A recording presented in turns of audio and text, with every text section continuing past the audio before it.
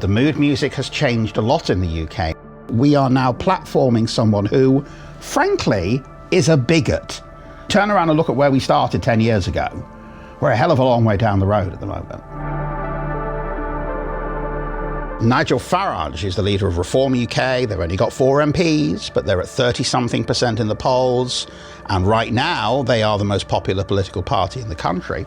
He announced that if he was Prime Minister after the next election, there's a good chance of that happening, he would institute a program of mass deportations. He's saying he would round up and throw out about 600,000 people. The only way we will stop the boats is by detaining and deporting absolutely anyone that comes via that route. Who's going to pick them up? What's the criteria on which you're going to do it? Are you going to follow the Donald Trump thing and have agents picking people up off the streets?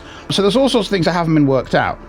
But what's interesting about it is that the other political parties did not respond to that by saying, this is outrageous dog whistle racism.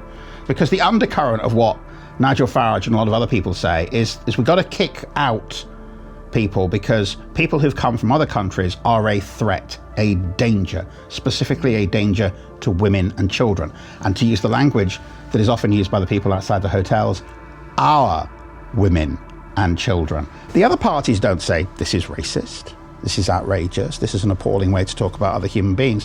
What they actually do is they get into a competition about, well, we're just as tough as they are. We're going to kick people out too. We're going to kick loads of people out. There has been what I think the young people call a vibe shift. Things that it would have been very difficult to say in public 10 years ago, or 15 years ago in the United Kingdom, it's now okay to say. It's now okay to broad brush accuse people who come to the UK from other countries of posing a danger to the native population. There's a real issue in English attitudes to the English flag. When there's a football tournament on, I'm an England football fan. I will wear my England scarf with its cross of St. George on. I would not ever do that in England when there wasn't a sporting event on, because the connotations of the English flag, rightly or wrongly, over the last 20, 30 years, absolutely are with the extreme right, bigotry, hostility to immigrants. All of that has ended up being tied up in the symbol of the English flag, which is not fair. Like it or not, a lot of the people who've been taking part in this whole raise the colours thing are also people who then gone on to express racist views when they're asked about it. Unite the kingship! Send them back!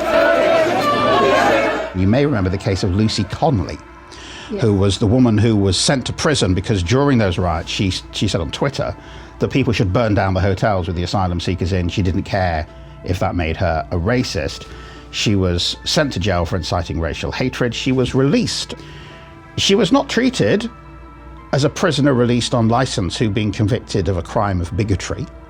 She was treated as if she were Nelson Mandela.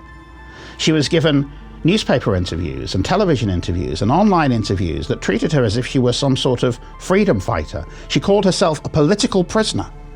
That's the evidence of this kind of vibe shift, that we are now platforming someone who, frankly, is a bigot. And yet we are presenting her as a freedom fighter and a free speech heroine, which is a slightly terrifying impression of just how far down the road we already are. We turn around and look at where we started 10 years ago. We're a hell of a long way down the road at the moment.